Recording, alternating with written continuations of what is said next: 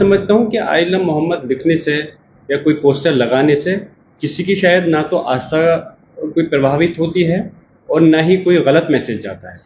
और कभी भी हम खुद विश्वास रखने वाले हैं संविधान के अंदर, कभी हम शांति व्यवस्था बिगाड़ने पर या किसी चीज़ पे हमारा ये चीज़ नहीं है कि माहौल ख़राब हो, लेकिन आइला मोहम्मद के नाम पर जो जिस तरह से दुष्प्रचार किया जा रहा है वो चीज़ गलत है।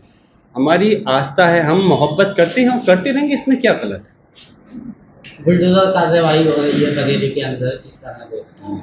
मैं तो यही कहूँगा कि जिस प्रकार से पहले तो बरेली में जो घटना हुई, मैंने खुद अपील ये की थी कि शांति व्यवस्था कायम रहे और पुलिस प्रशासन से भी कहा था कि दबाव में आकर के इस प्रकार की कोई कार्रवाई नहीं की जाए कि जो मजलूम लोग हैं उनको ज़बरदस्ती रिपोर्ट में नाम शामिल करके जेल में घुसा जाए। और बुलडोज़र की जो कार्रवाई है, हम तो हमेशा से मैं कहता चला है, बुलडोज़र की कार्रवाई कहीं से कहीं तक ठीक रही है। बुलडोज़र की कार्रवाई के लिए लगातार कई बार माननीय सर्वोच्च न्यायालय भी संज्ञान लेकर के सख्त टिप्पणी भी कर चुका है, लेकिन अफसोस है कि उत्तर प्रदेश में पुलिस प्रशासन के द्वारा सरकार के आदेश पर जो बुलडोज़र कार्रवाई की जा रही है वो गलत है। क्योंकि बुलडोज़र कार्रवाई का जो सज़ा देने का काम है वो हमारे न्यायालय का काम है। अगर किसी ने कुछ गलत किया है तो पुलिस प्रशासन उसके खिलाफ अपनी बात चार्जशीट के रूप में दे सकता है, और अगर अगर उसमें किसी ने गलत नहीं किया तो जाहिर सी बात है हमारे न्यायालय जो है उसको ख़त्म कर देगा केस को, और किसी ने गलत किया है तो उसके खिलाफ कार्रवाई होगी। लेकिन बुलडोज़र की कार्रवाई के खिलाफ मैं सख्त हूँ। और बल्कि मैं इसके साथ में ये और जोड़ना चाहूँगा, अगर बुलडोज़र कार्रवाई बरेली में चल रही है तो फिर शाहजहाँपुर में उन लोगों के खिलाफ क्यों नहीं चली जो लोग मकबरे पर डंडा लेकर के पुलिस के सामने जिन लोगों ने हंगामा किया था, उन लोगों के खिलाफ भी बुलडोज़र की कार्रवाई होनी चाहिए थी। फिर देश एक है तो एक ही कानून होगा, तो फिर उन लोगों को इस प्रकार की रियायत क्यों दी गई। मेरा मकसद ये नहीं कि सारे हिंदू समाज के लोग एक से होते हैं, लेकिन जिन लोगों ने कानून व्यवस्था को अपने हाथ में लेने का काम किया है शाहजहाँपुर के, उन लोगों के खिलाफ बुलडोज़र आकर के क्यों फेल हो गया, क्यों कार्रवाई आगे नहीं बढ़ पाई। मैं तो यही कहूँगा बुलडोज़र ना बरेली में चले ना शाहजहाँपुर में चले, और सिर्फ उनको जो इंसाफ है वो न्यायपालिका से मिलना चाहिए।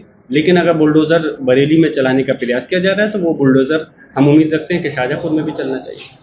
आचार्य प्रमोद और एक रावण सांसद क्या कहना चाहेंगे उनकी? अगर मैं नहीं चाहता कि पोल आप लोगों के सामने, अभी सिर्फ हमारे संभल के लोग ही जानते हैं उनके बारे में, जो उनका इतिहास रहा है।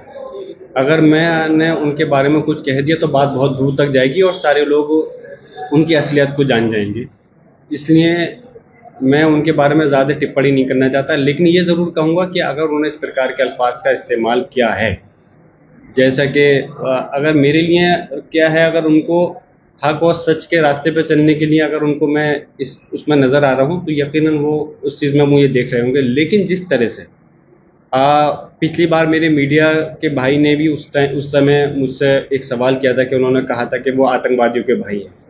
मैंने अपने जो लीगली हमारे एडवाइज़र हैं, मैंने उन लोगों से मशवरा किया है, और अगर ज़रूरत पड़ेगी तो मैं इनके ख़िलाफ़ मानहानि का केस ठोकूँगा।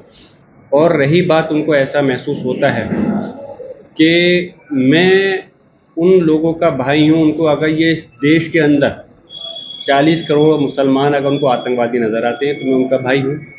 हक और सच के रास्ते पे चलना अगर उनको आतंकवादी नज़र आता है तो वो कह सकते हैं मुझे।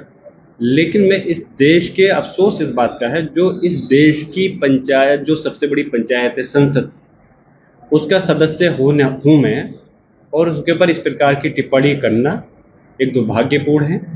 ऐसे लोग जिनको कि समाज नकार चुका है वो इस प्रकार की भाषा का इस्तेमाल करते हैं। मैं अपने लिए तो बर्दाश्त कर सकता हूँ अगर मुझे कोई इस प्रकार कहें, लेकिन मेरे समाज को जोड़ करके अगर इस टाइप कहेंगे तो मैं खामोश नहीं बैठूंगा। ज़रूर उनके खिलाफ जो है डिफेमेशन का केस अपने लीगल मशवरा कर करके ज़रूर करूँ।